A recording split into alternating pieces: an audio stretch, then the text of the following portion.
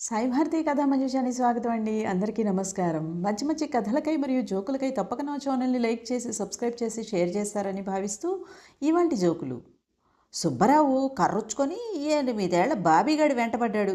"వద్దు నాన్నోయ్, నన్ను కొట్టొద్దు నాన్నోయ్, వద్దు నాన్నోయ్" అంటూ వగరుస్తూ పరిగెత్తి పరిగెత్తి ఓ చోట ఆగి, "రోజు ధ్యానం చేయటం వల్ల కోపాన్ని జయించానని నీ ఫ్రెండ్స్కి గొప్పలు చెబుతావుగా, ఇదేనా జయించటం" అంటూ చిన్న నోటికి పెద్ద మాటలా మాట్లాడేసరికి సుబ్బరావుకి సర్రన కోపం దిగిపోయి ఎత్తిన కర్ర దించేసి నవ్వు ముఖంతో "బాడవాయ్" అంటూ ముద్దెట్టుకున్నాడు.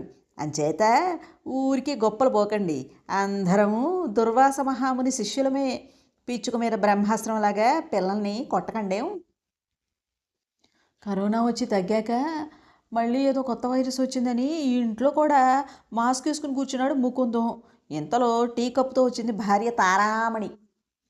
"అయ్యో, టీ చిక్కం కనపడక టీ వడపోయలేదండి, ఎలాగూ మాస్క్ వేసుకున్నారు కదా, తాగేయండి" అనగానే తారామణికి ఏం చెప్పాలో తెలియక దాని తెలివితేటలకి ముకుందం గారికి నిజం తారలే కనపడ్డాయి మరి. "అరే విజయ్, ఇవాళ నేను పెద్ద ప్రమాదం నుండి బయటపడ్డానురా" అన్నాడు మూర్తి. "ఏరా, ఏం జరిగింది? దెబ్బలేమైనా తగిలాయా" అని అడగగానే, "అది కాదురా, ఇవాళ మా ఆవిడ పుట్టినరోజు, నాకేమో గుర్తులేదు, సెల్ ఫోన్లో ఫేస్బుక్ నుంచి నోటిఫికేషన్ వచ్చింది, బతికిపోయా. చూసి విషెస్ చెప్పి 2000 ఇచ్చా చీర కొనుక్కోమని. ఉబ్బి తబ్బిబ్బయింది మా ఆవిడ, నేను గుర్తుపెట్టుకుని మరీ పుట్టినరోజుకి విషెస్ చెప్పి డబ్బులు ఇచ్చానని. ఏదేమైనా పెద్ద ప్రమాదం నుంచి ఫేస్బుక్ దయ వల్ల నేను నన్ను కాపాడుకున్నానురా" అన్నాడు. "అయినా ఈ మగవాళ్ళు ఏదో పెద్ద ప్రెసిడెంట్ ఆఫ్ ఇండియా లాగా అన్నీ మర్చిపోతారు. ఓ పెళ్లి రోజు, పుట్టినరోజు ఏమీ గుర్తుండి చావు. ఆడోళ్ళు మాత్రం నిద్ర మంచం మీదే విషెస్ చెప్పాలి పాపం. మా ఆడోళ్ళు ఎన్ని గుర్తుపెట్టుకోవాలో, పాల బిల్లు, కరెంటు బిల్లు, సరుకుల bill, gas bill, cable, paper, పిల్లలు పుట్టినరోజు, పెళ్లి రోజులు, గోత్రాలు, నక్షత్రాలు, తిథులు, వారాలు, అబ్బో ఇలా చెప్పుకుంటూ పోతే కొండ వీటి చాంతాడంత అవుతుంది మరి."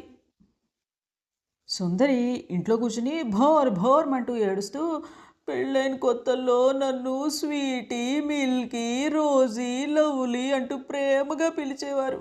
ఇప్పుడు ప్రేమ తగ్గిపోయి ఏమై వసేవ్ అంటూ పిలుస్తున్నారు" అంటూ ముక్కు చీదింది. "చూడు సుందరి, పాలు, ఫ్రూట్సు, స్వీట్సు ఎన్ని రోజులు తాజాగా ఉంటాయి చెప్పు" అంటూ తీరిగ్గా చెప్పాడు పేపర్ చదువుతూ గోపాలం. "అయ్యో రామా, ఏ తాగుడో, తిరుగుడో, పేకాటో ఆడితే మార్పించుకోవచ్చు, ఇవన్నీ ఈ అతి తెలివితేటలు నేను మార్పించలేను దేవుడా" అంటూ మళ్ళీ "వా" అంటూ 3:30 శృతిలో ఏడ్చింది సుందరి. "నిజమేనండి బాబు, పుట్టినప్పుడు మా అమ్మ నాన్న పేర్లు పెడతారు కదా, ఆ పేరుతో పిలవండి చాలు, ఏమే ఓసేవంటూ పిలవకండి బెదరన్నయ్యలు, మా మనోభావాలు దెబ్బతింటాయి మరి." విన్నారు కదా ఫ్రెండ్స్, ఈ జోకులు కనుక మీకు నచ్చినట్లయితే తప్పకుండా ఈ వీడియోకి ఒక లైక్ ఇవ్వండి. మీరు లైక్ ఇవ్వటం ద్వారా ఈ వీడియో మరింత మందికి చేరువవుతుందని భావిస్తూ మరిన్ని మంచి జోకులతో మరో రోజు మీ ముందుంటాను. అంతదాకా సెలవు.